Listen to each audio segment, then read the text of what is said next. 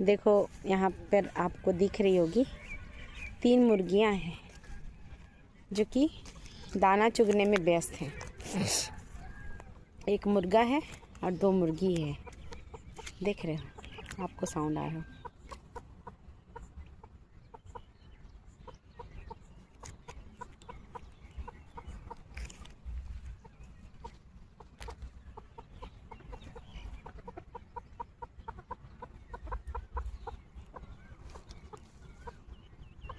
देखो कितने मेहनत से ये लोग अपना काम कर रहे हैं ना।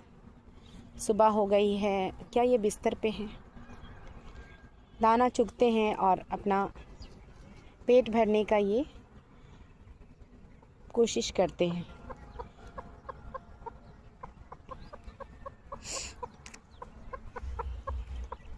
देखो ये चिड़ियों का झुंड, सूरज की रोशनी के नीचे बहुत सारे चिड़ियों का झुंड।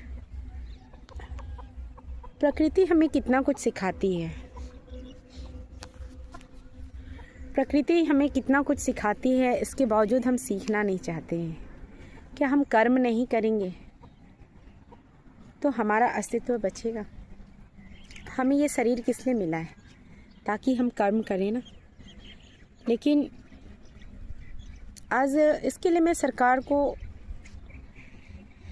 दोस्त तो ज़रूर थोड़ा दे दूँगी मैं। वैसे मैं कंप्लेन करती नहीं हूँ, लेकिन जहाँ पे कंप्लेन करना है, क्योंकि कृष्ण भगवान जी बोले थे कि मौन तभी तक जायज़ है यदि किसी के अधिकारों का हनन हो रहा है और वहाँ पे आप मौन रह रहे हैं तो ये महापाप है।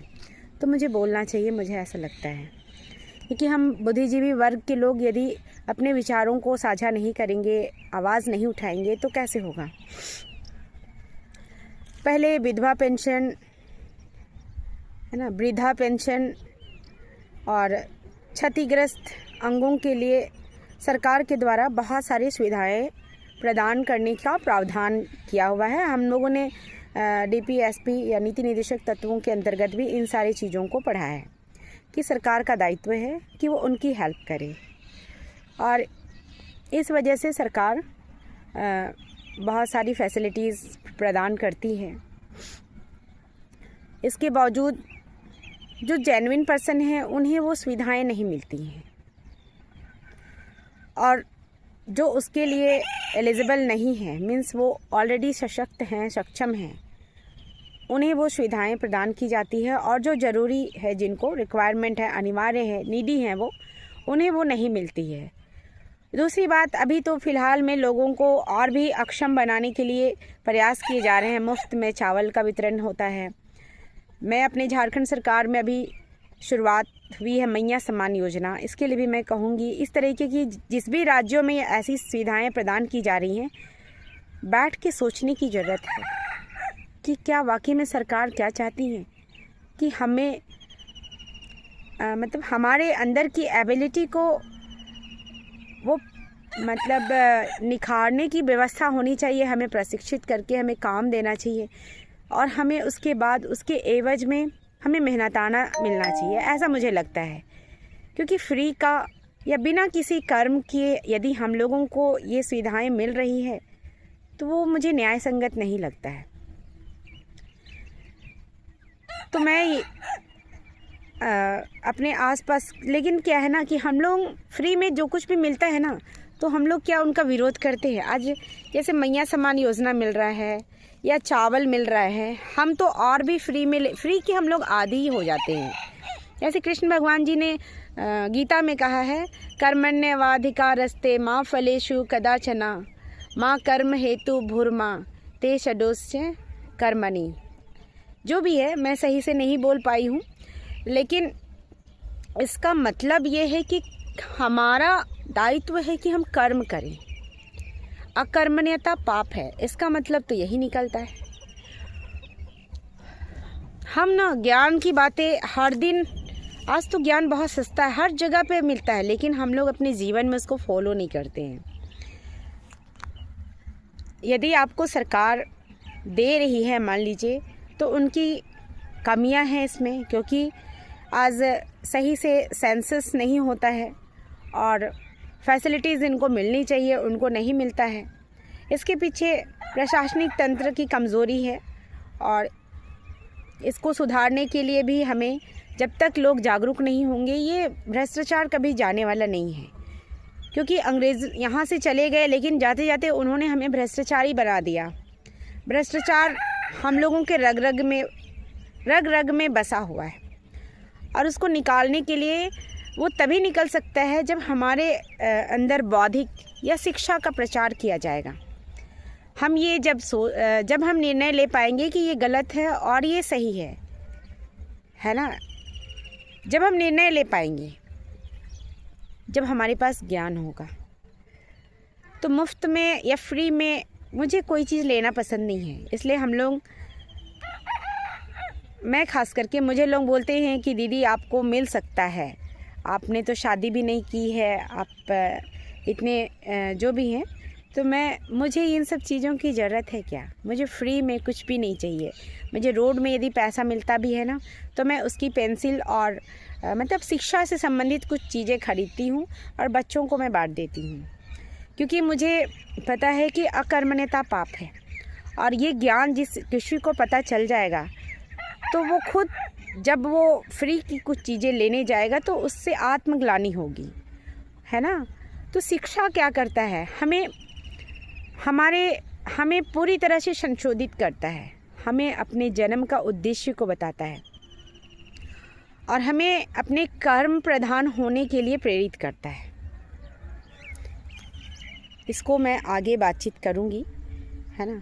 ये सोचना ज़रूर, आज से जब भी आप फ्री का कोई चीज़ लो तो आप ज़रूर सोचना। सॉरी। जैसे मैं शुरू में जब इधर राजनीतिक तौर पे सक्रिय हुई ना, तो मुझे बहुत तकलीफ़ होती थी। मेरे साथ चलने के लिए कोई तैयार नहीं है। जो भी लोग जा रहे हैं मेरे साथ, पता है आपको मजदूरी के तौर पे उन्हें पैसा देना पड़ेगा, उनके खाने पीने की व्यवस्था करनी होगी, तभी वो आपके साथ चलेंगे। और इस चक्कर में मेरे बहुत पैसे खर्च हो गए और वो मेरे नहीं थे, है ना। वो मैंने तो कुछ कमाया ही नहीं, मैं तो इतनी बीमार रहती थी, है ना। तो मैंने फिर भी मैं जैसे जॉब की तो वो पैसे खर्च हो गए थे। और अभी करंट स्टेटस मुझे कोई शर्मिंदगी नहीं होती है। मेरे अकाउंट में कुछ भी पैसे नहीं हैं। तो जो भी है वो मेरे घर वाले की मेहरबानी है कि लोग मुझे खाना खिला रहे हैं। और ऐसे में मैं समाज सेवा या देश की सेवा के लिए कैसे निकल सकती हूँ, जब हमारे लोग इतने स्वार्थी हैं। पहले के लोग आपके साथ दिन रात भूखे प्यासे, मैं इतिहास पढ़ती हूँ ना, बहुत सारे ऐसे कैरेक्टर मिलेंगे। तो क्या वो अकेले नेता बने या अकेले वो समाज के लिए लड़े? जब समाज के लोग में से ही कुछ लोग उनके साथ चलने को तैयार हुए, उनके अंदर की क्वालिटी को वो बिलीव किए कि उनमें वो योग्यता है, क्षमता है, तभी तो समाज परिवर्तित हो पाया है। तो मुझे भी ज़रूरत है, मैं भी लोगों के लिए बहुत कुछ करना चाहती हूँ, लेकिन मैं आर्थिक रूप से सशक्त नहीं हूँ। मेरे पास सिर्फ मेरी आवाज़ है, मेरे विचार हैं, मैं खुद हूँ और मैं 100% खुद को समर्पित करूँगी। और सबसे पहले मैं तो कोशिश करूँगी कि लोग कर्म प्रधान बने, क्योंकि जब उन्हें मेहनत करने की आदत लग जाएगी ना, तो वो चाहकर भी बिस्तर में नहीं रह पाएंगे। क्योंकि लोग बोलते हैं कि समय चाहिए, इतना जल्दी परिवर्तन नहीं हो सकता है।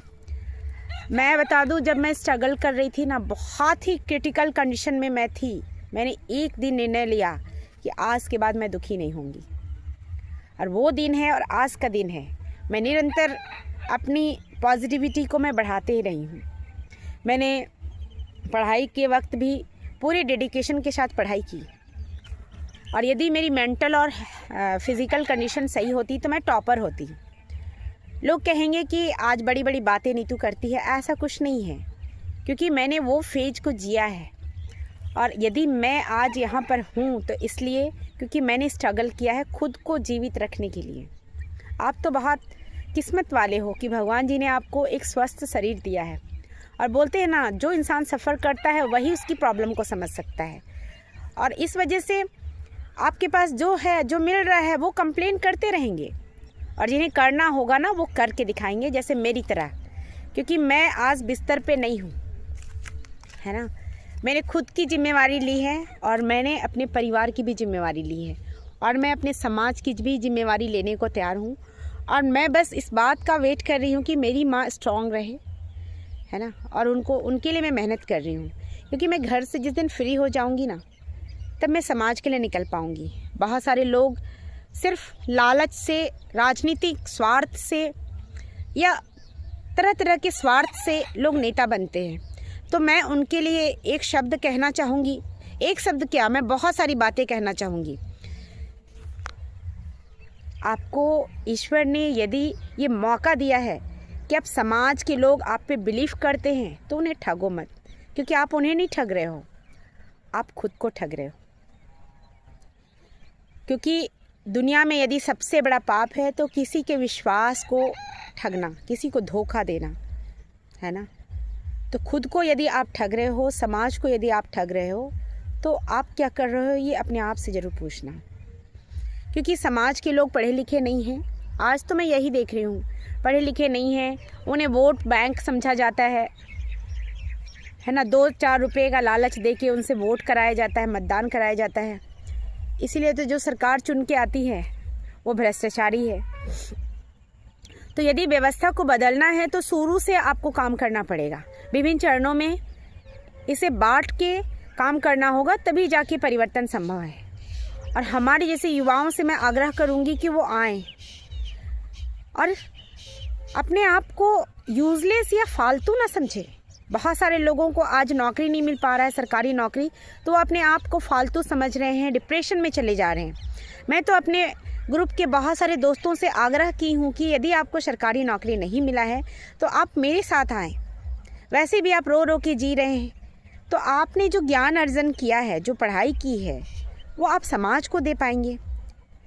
आपने उस ज्ञान को अर्जित करने में बहुत सारे एफर्ट लगाए, पैसा खर्च किया, इसके बावजूद यदि आपको जॉब नहीं मिला तो आप यूं ही बेकार नहीं है भाई, आपके अंदर क्वालिटी है।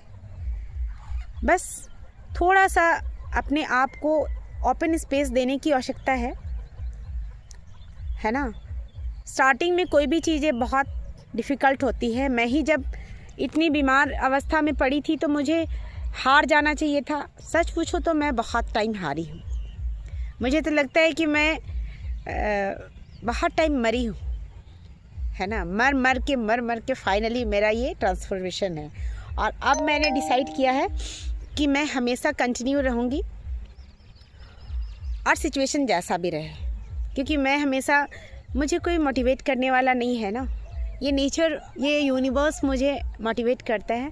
मैं तहे दिल से थैंकफुल हूँ, क्योंकि आज यदि मैं हूँ, मेरा एग्जिस्टेंस है, मीन्स ईश्वर चाहते हैं कि मैं बढ़ूँ, कोई बड़ा काम करूँ।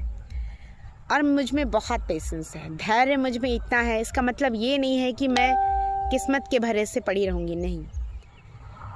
मैं कोशिश करती रहूँगी अपने विचारों के माध्यम से, और जो भी मुझे विकल्प मिलेगा मैं वहाँ पे सक्रिय होंगी। आप सोचो कि आपको क्या करना है। मुझे सुनने के लिए धन्यवाद।